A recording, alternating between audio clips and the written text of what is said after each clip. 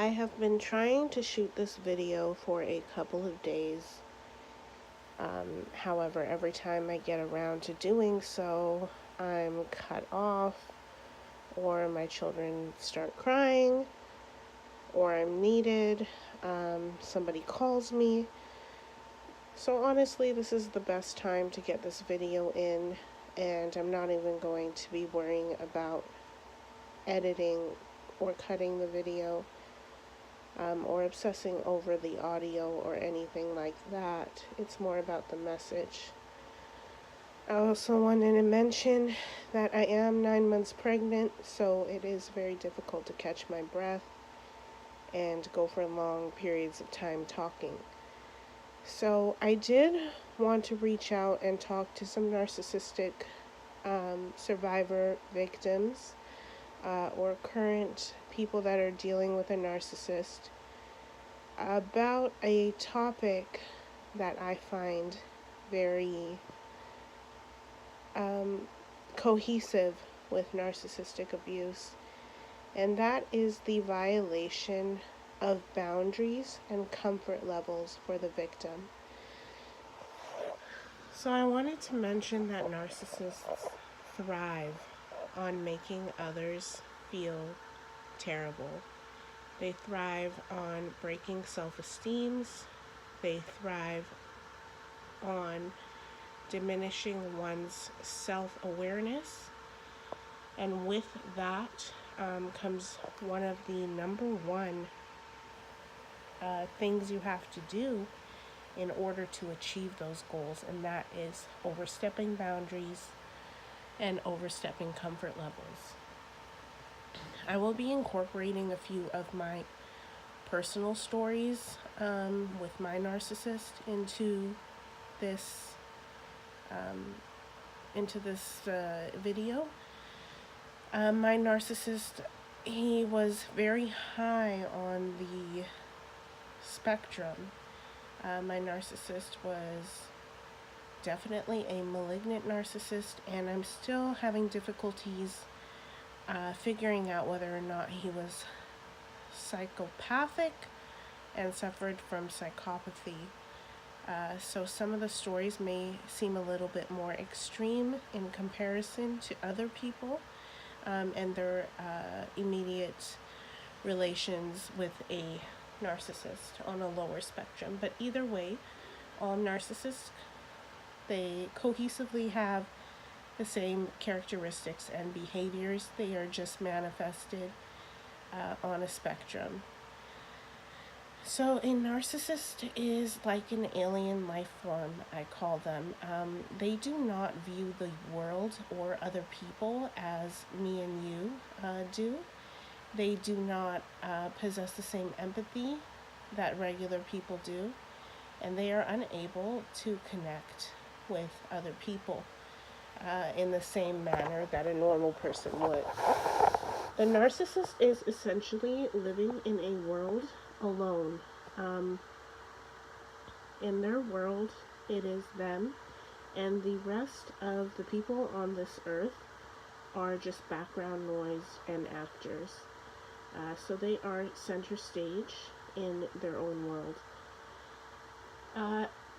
Aside from that, a lot of people that come in contact with a narcissist may believe that the narcissist is well-rounded and has a great sense of self and great self-confidence. Now, of course, we know that they don't, because this is one of the symptoms of narcissism, is a depleted self-image and depleted self-awareness and depleted sense of self and self-esteem. So the narcissist, because they feel so empty and so broken on the inside, they are desperate to make other people feel broken and desperate too. And one of the ways they do that, of course, is overstepping boundaries. So, for instance, I'll give you an example of the narcissist I was dealing with. I had a roommate at the time who I had met off of Craigslist. I was not close with her. I did not really go anywhere with her. We lived very separate lives. I was currently in a midst of a religious movement, so I was practicing a lot of things that coincided with the Bible and studied the Bible day and night. And I was not going out. I was practicing celibacy and whatnot. My roommate was an exotic dancer, a very beautiful girl. She was two different ethnicities, and she was just a very attractive woman, and our lives just didn't match up. So the religious movement I was involved with, I will talk a little bit about on another video, and it did contribute a lot to our relationship, and so forth. So the reason I was in this religious movement was because of the narcissist. He was involved in a very negative and very aggressive cult, and I was kind of initially brought into that because of him. So remember, he is supposed to be practicing these same biblical laws as I am. So the narcissist would, he would make me feel uncomfortable by talking about the roommate. So every time I would talk to him, essentially, I mean, we would go weeks or months without talking at this point, and he would call me periodically to check up on me. And the first thing he would always ask is, "How is Cindy?" I found this a very bizarre question. I originally would answer the question with, "I don't know, we're not friends. I don't talk to her, we're just roommates."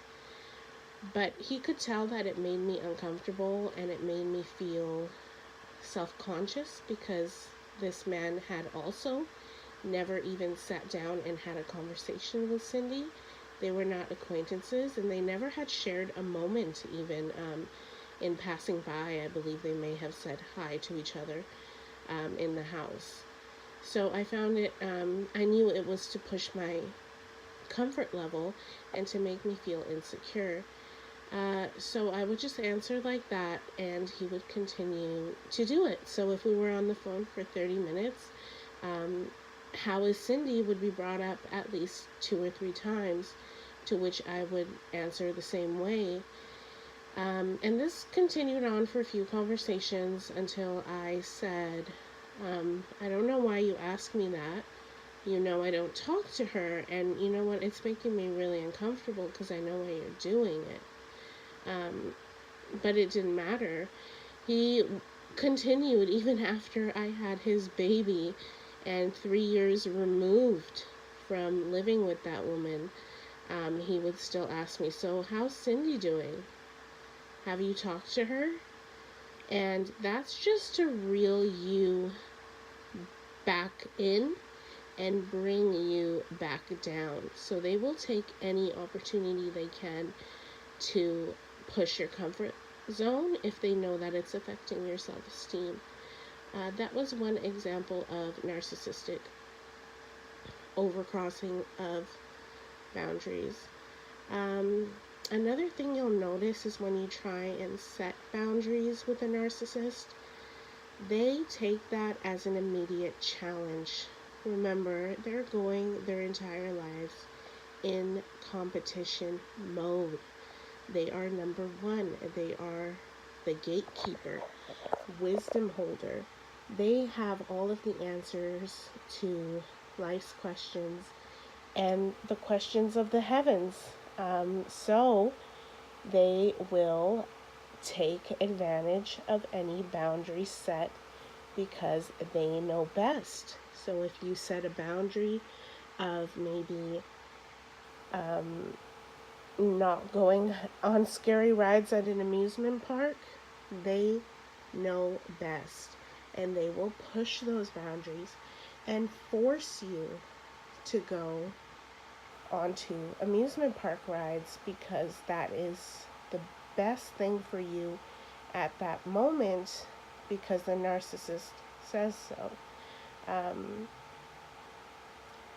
They will even put themselves in an uncomfortable situation to prove that point. So they might not be into scary rides at an amusement park, but because they know that you're uncomfortable with it, they will definitely put themselves in a position where they're uncomfortable to reinforce breaking the boundaries and making you feel uncomfortable about the situation. This is a means of control. This is what the narcissist does best, and this is a form of supply for the narcissist, is boundary crossing. It feeds their supply because it gives them a sense that they are aware and know about everything and that they know what's best. They get a great sense of supply because they are sucking your self-confidence and depleting your self-confidence, and they are making you feel uncomfortable, which is something that the narcissist thrives off of. They thrive off making other people feel uncomfortable or stupid, belittled, or put down. They do not want to see you happy, flourish, or thrive. They are constantly seeking to take your identity because your identity is not good enough and your identity is wrong. And the narcissist is going to tell you what identity you should have because, again, they believe that they are the wisdom holder and gatekeeper of all of life's questions. The best thing to do with a narcissist is to completely shut them down, break it off, and move on. I know that the theory goes, it sounds easier than it is to do, or sounds easy enough. Easy to say, hard to do, however you may look at it. But quite honestly, I think it's very easy to leave a narcissist. Once you start seeing the benefits that your life and your path is going to take, you will realize how worth it is to leave them.